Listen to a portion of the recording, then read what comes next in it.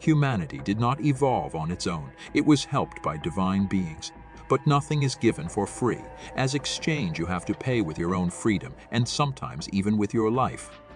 Will the heroes be able to unravel all the mysteries and overcome the traps of ancient creatures? What can stop a powerful civilization from dominating humanity? Watch fantastic recaps by fans of the movies. Many centuries ago, when human civilization was just emerging, aliens whom we knew as Osiris descended from the sky to Earth. These divine beings generously gave people the secrets previously unknown. Astronomy, architecture, culture. For these benefits, the aliens sought to establish their dominion on Earth. In response, Pharaoh, uniting with the god Ra, stood up to resist these creatures, seeking to protect humanity. Every 5,000 years, the stars aligned in the right order, giving the aliens the opportunity to summon their king to Earth. They were ready to summon him again, but Pharaoh thwarted them by stealing the extraterrestrial technology. He imprisoned the gods in a dungeon, hidden in the underground labyrinths of his pyramid. Nevertheless, some people continued to believe in the mission of the Osiris and prepared for their return. One of these people was Princess Amanpour, who died giving birth to her daughter. Her supporters built a gateway beneath her tomb.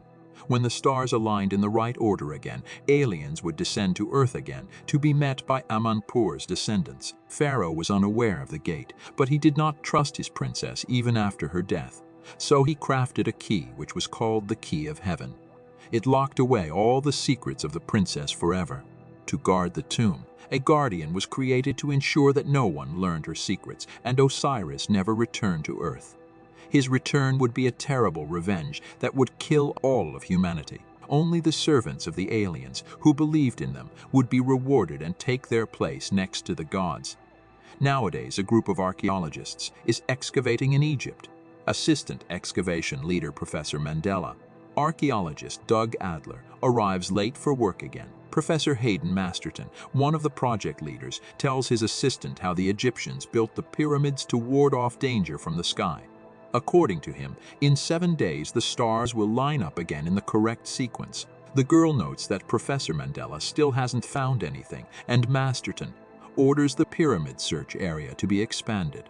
The professor gets a call, and in the meantime a local resident steals his walking stick, which was lying on the hood of his car. In the tent, Professor Mandela and Doug Adler discuss Egyptian civilization and the artifacts they have already found. The professor is looking at a sign with inscriptions on it. Doug is sure that something strange happened at this site, and they will be able to solve the mystery if they keep looking. He also warns the professor that a sandstorm is approaching the dig site. A man in a strict suit, Peter Levitz, gets out of the car and heads towards the old building with a suitcase in his hand. Before entering it, he gets the professor's cane, which is handed to him by a local resident. He finds a man sitting on the floor smoking a hookah. Peter tells him that he is looking for an ancient artifact called the Key of Heaven. The man replies that other collectors are willing to pay a lot of money for the relic, but Peter convinces him of the seriousness of his intentions by opening a suitcase filled with bills. The antiquities dealer leads his guest to another room and shows him the relic, which was thought to be lost to time. Once Peter has the artifact in his hands, he murders the vendor by stabbing him in the neck with a knife embedded in Professor Masterton's cane. He leaves, taking the catch with him. A few hours later, Professor Masterton and his assistant arrive at the antiquities dealer's house to retrieve the key, only to discover the Egyptian dead. Peter Levitz calls the professor and says that he killed the relic seller, but will point the police to Professor Masterton if he doesn't meet him. The blackmailer has the weapon used to murder the man, and he has the professor's fingerprints. Masterton wants to consult psychic Claire Beckett about all the events that are taking place. He goes to see her, where he learns that a storm will soon reveal many secrets and the professor will succeed in his mission. In her visions, the woman also sees a threat to Professor Masterton's life, but keeps silent about it.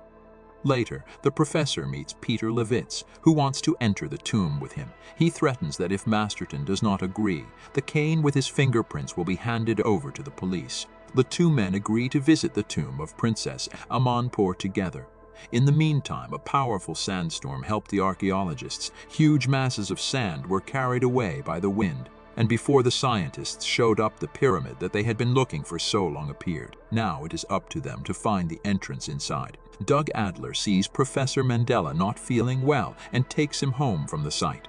He later visits the professor at his home, but finds the man in critical condition.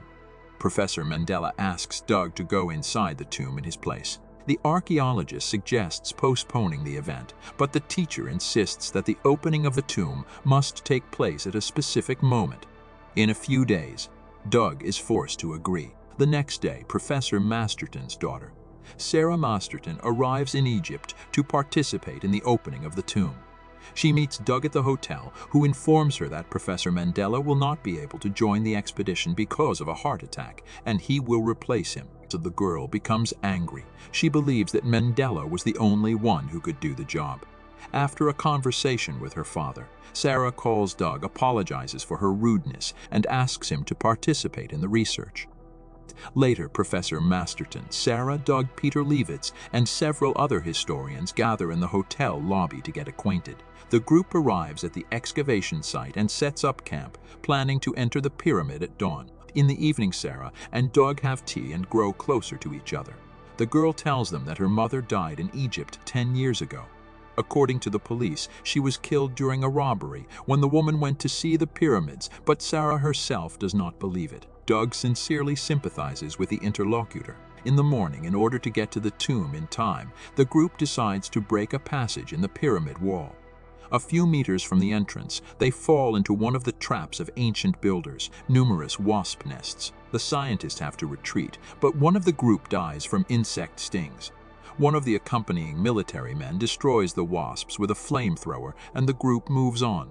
They reach a room, in the center of which a small statue stands on a pedestal. When Peter grabs it, the stone door falls on one of the military men and kills him. The group realizes there is no turning back and continues to move deeper into the pyramid. Doug notices a staircase that may lead them to the gate they are looking for. After climbing it, the scientists find themselves in a room containing the sarcophagus of Princess Amanpour. They realize that underneath where the princess remains rest, there may be a coveted gateway. They continue their journey through the labyrinth, and Professor Masterton orders Peter to walk behind them so as not to hurt anyone again. The men begin to fight and activate another door that splits the group in two. Sarah, Doug, and a few other members of the group decide to find another way to catch up with the rest of the expedition. They come across a vertical hole in the structure and decide to climb down into it. While doing so, one of the men falls into the abyss and dies. After a few minutes, the scientists manage to find Hayden Masterton's group and continue exploring the pyramid together. Moving forward, the researchers realize that in the heart of the mysterious place, the solution to the pyramid's mystery awaits them. Claire Beckett, the psychic who accompanies Professor Masterton, believes something is wrong in the tomb and tells Sarah and Doug so. The group enters a large hall where they find many mummified bodies. One of the scientists suggests that they are not human beings. The figures are frozen in various poses and stare upward. The amazed researchers cautiously walk past the 1,000-year-old remains, listening to every sound. Suddenly, one of the mummies comes to life and grabs Sarah by the throat. A few shots at the reanimated dead body help free the girl, but there is no stopping the mummy itself. It continues to attack anyone who tries to stop it and kills the scientist guide Saeed. Sarah finds a secret door that leads out of the hall. While the expedition members are trying to escape from the mummy, the block begins to lower, closing the passage. But Doug manages to place a rock under the door, leaving the passage open for the humans. All the living explorers escape the mummy behind the door, while Doug knocks the stone away and blocks the passage. Sarah accuses her father of intending to close the door so that Peter Levitz would die. The professor slaps his daughter in the face. In a whirlwind of anger, Masterton reveals that Levitz killed an artifact dealer in order to gain possession of the key to heaven. Peter claims to have given the police the murder weapon, a cane with Masterton's fingerprints on it. The group is eager to find out who or what they encountered in the hall. Professor Masterton explains that it was a guardian meant to protect the secrets of the pyramid. He says that will not stop him, and Sarah accuses her father of killing her mother. The professor is silent, at which point he discovers the gates the scientists have been looking for so long. He asks Doug to find the entrance to them, claiming it is the only way to free Sarah from the pyramid. Claire prompts the meanings of some symbols, and Doug discovers the mechanism that activated the gate's membrane. Professor Masterton claims that the key to all the mysteries is Sarah and orders her to pass through the membrane. Apparently, the girl is a descendant of the ancient Egyptian princess Amenpur. As she approaches the gate, it opens and the group manages to take cover in the passage before a pyramid guardian enters the room.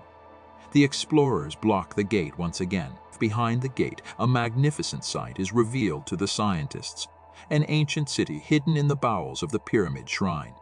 Professor Masterton orders his assistant Adam to put Sarah in a stone chair near the ancient energy generator. Doug wants to protect the girl, but Adam threatens him with a gun. Masterton explains that Sarah is a direct descendant of Princess Amenpur on the female line, and he needs the girl's blood.